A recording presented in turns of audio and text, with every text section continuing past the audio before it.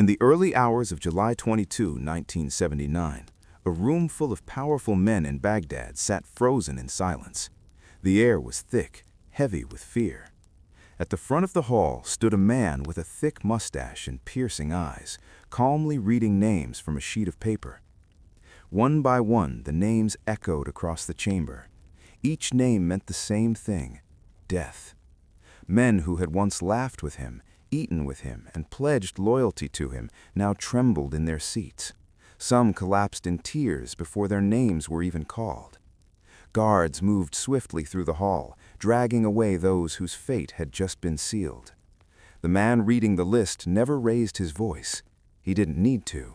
His name was Saddam Hussein, and that morning he showed the world exactly what kind of ruler he intended to be. But the story of Saddam Hussein did not begin in a palace, a government hall, or a room filled with terrified politicians. It began in a small mud house in a dusty Iraqi village where survival itself was uncertain. And from those harsh beginnings would rise one of the most controversial and powerful leaders of the modern Middle East. Saddam Hussein was born on April 28, 1937, in the village of Al-Awja, near the city of Tikrit in Iraq. At the time, Iraq was still struggling under the influence of colonial powers and political instability. Life in rural villages like Al-Awja was harsh and unforgiving. Saddam's early life was marked by tragedy even before he was born. His father disappeared before his birth, either dying or abandoning the family. No one was ever completely sure which. His older brother had already died from cancer, leaving his mother, Khairallah Tulfah al-Musalat, devastated and emotionally broken. Some accounts suggest that she became so depressed during her pregnancy that she attempted to abort the child, who would later become Saddam Hussein. But the child survived, and from the very beginning, his life would be defined by hardship. Unable to care for him, his mother sent young Saddam to live with his uncle, Khairallah Tulfah, a former Iraqi army officer and fierce Arab nationalist. This decision would shape Saddam's future more than anyone could have imagined. Khairallah Tulfah filled the boy's mind with stories of Arab pride, historical glory, and deep resentment toward foreign influence in the Arab world. To the young Saddam, these stories were not simply lessons, they were fuel. The uncle often spoke about the humiliation of Arab nations after the fall of the Ottoman Empire and the growing influence of Western powers in the Middle East. These ideas planted powerful seeds in Saddam's young mind. But life was far from peaceful. When Saddam eventually returned to live with his mother and stepfather, things grew much darker.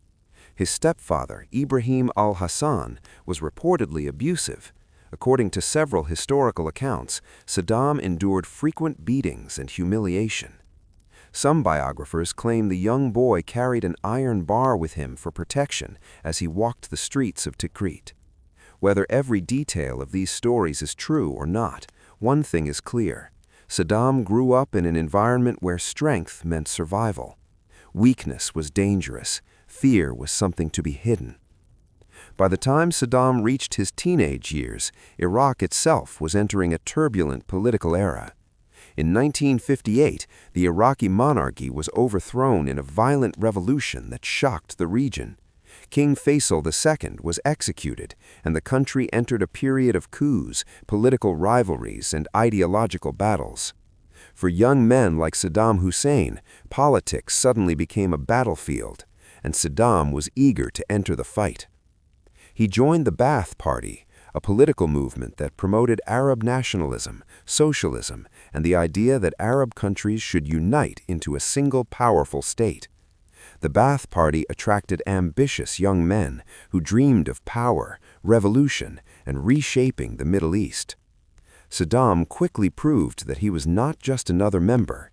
He was bold, fearless, and willing to take risks others avoided. In 1959, at just 22 years old, Saddam participated in a daring assassination attempt against Iraq's prime minister at the time, Abdul Karim Qasim. The operation took place on a Baghdad street.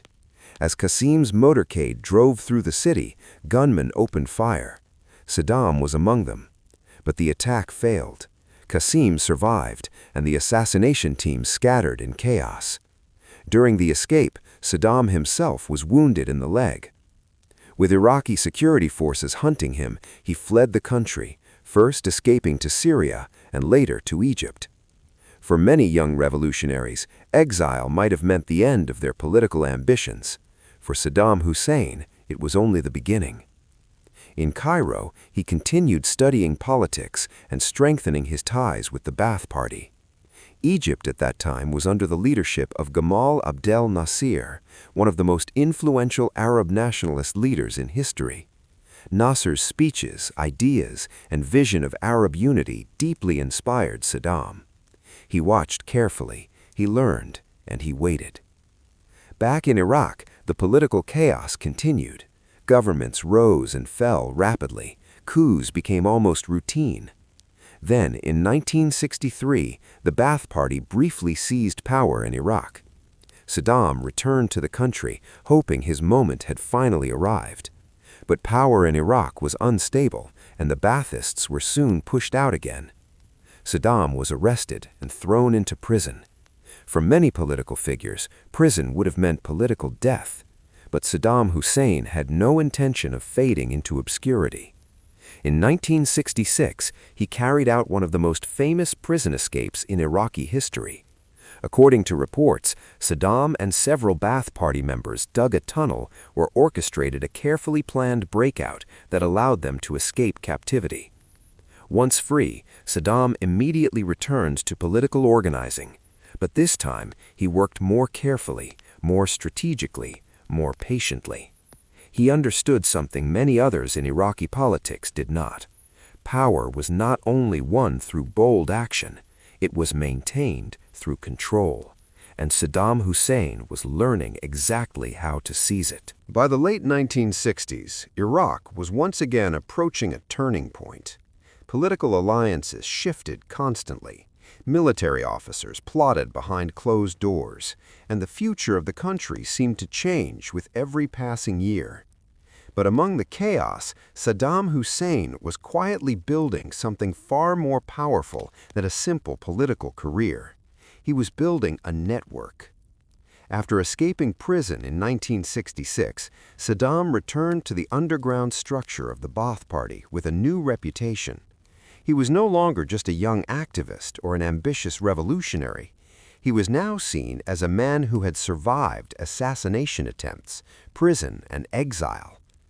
Inside the party, loyalty was everything, and Saddam understood how to cultivate it. He surrounded himself with people he trusted deeply, many of them from his hometown region near Tikrit. Family members, childhood friends, and loyal allies slowly began filling important positions in the party structure. This would later become one of the defining characteristics of Saddam's leadership: power built on loyalty, fear, and absolute control. In July 1968, Iraq experienced another coup. This time, the Ba'ath Party succeeded in seizing power for good. The coup itself was surprisingly quick and relatively bloodless compared to previous Iraqi power struggles. Military officers allied with the Ba'athists took control of key government buildings in Baghdad. Within hours, the government had fallen. The new president became Ahmed Hassan al-Bakr, a senior Ba'ath Party leader and also Saddam Hussein's cousin.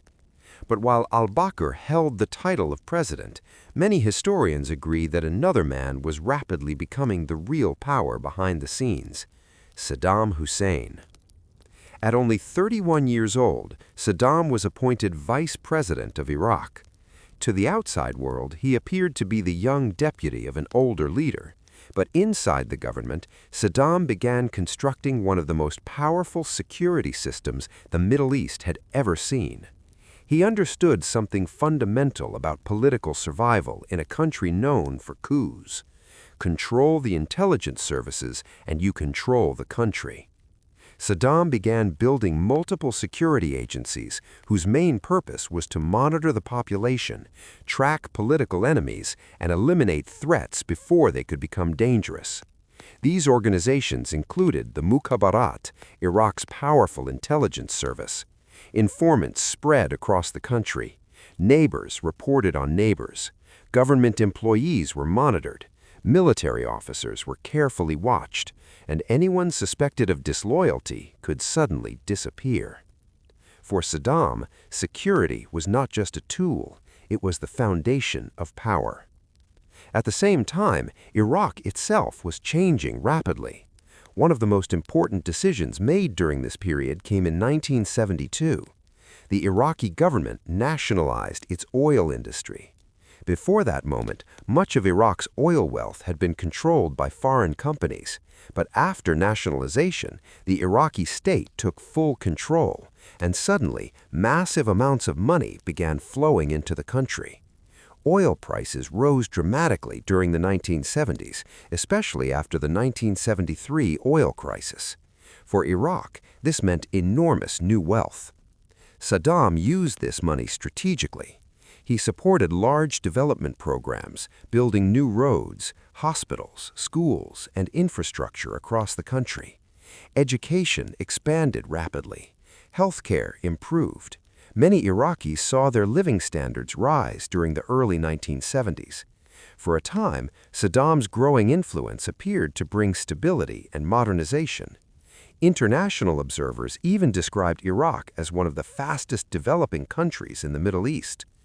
But behind the scenes, Saddam's grip on power continued tightening. Political rivals inside the Ba'ath Party were quietly pushed aside. Some were removed from their positions, others vanished completely. The intelligence services expanded even further. Every layer of government was now under surveillance. Even within Saddam's own party, fear slowly became a constant presence. Yet Saddam did not rely on fear alone. He also built an image. Photographs of him began appearing across Iraq. Newspapers praised his leadership. Television programs highlighted his achievements. He presented himself as a strong nationalist leader determined to restore Iraq's greatness. The image was carefully crafted. To many citizens, he appeared confident, disciplined, and decisive. To his enemies, he was becoming something else entirely, a man who would do whatever it took to remain in control. By the late 1970s, President Ahmed Hassan al-Bakr was growing older and less active in daily governance. Real decision-making increasingly fell into Saddam's hands. Within the government, many officials already treated Saddam as the true leader of Iraq. Then, in July 1979, the transition finally became official. Ahmed Hassan al-Bakr resigned, and Saddam Hussein became the president of Iraq. But the moment he officially took power, Saddam made it clear that this was not simply a change in leadership, it was the beginning of a new era. Just days after becoming president, Saddam called a special meeting of top Ba'ath Party officials in Baghdad. Hundreds of senior members attended. Many believed it was simply a gathering to celebrate the new leadership. Instead, it became one of the most chilling political events in modern history. During the meeting, a frightened party member named Abdul Hussein appeared before the crowd and confessed to participating in an alleged conspiracy against Saddam. He claimed several high-ranking Ba'ath Party members were involved in a plot supported by Syria. Then, Saddam stood up and began reading names from a list. One name, then another, then another. Each name belonged to someone sitting inside that room. As the names were called, guards entered and dragged those men away. Some shouted in shock, others cried. Many sat silently, realizing their fate. By the end of the meeting, dozens were executed. Even more shocking, some of the executions were reportedly carried out by other Ba'ath Party members as a test of loyalty. It was a brutal message to the entire nation. From that moment forward, there would be no doubt who controlled Iraq. Saddam Hussein had not simply become president, he had become the unquestioned ruler of the country, and the world was about to learn just how far he was willing to go to protect his power. Because only 1 year later, Saddam Hussein would lead Iraq into a war that would last nearly a decade and reshape the Middle East forever. The enemy would be Iran, and the conflict would become one of the deadliest wars of the 20th century.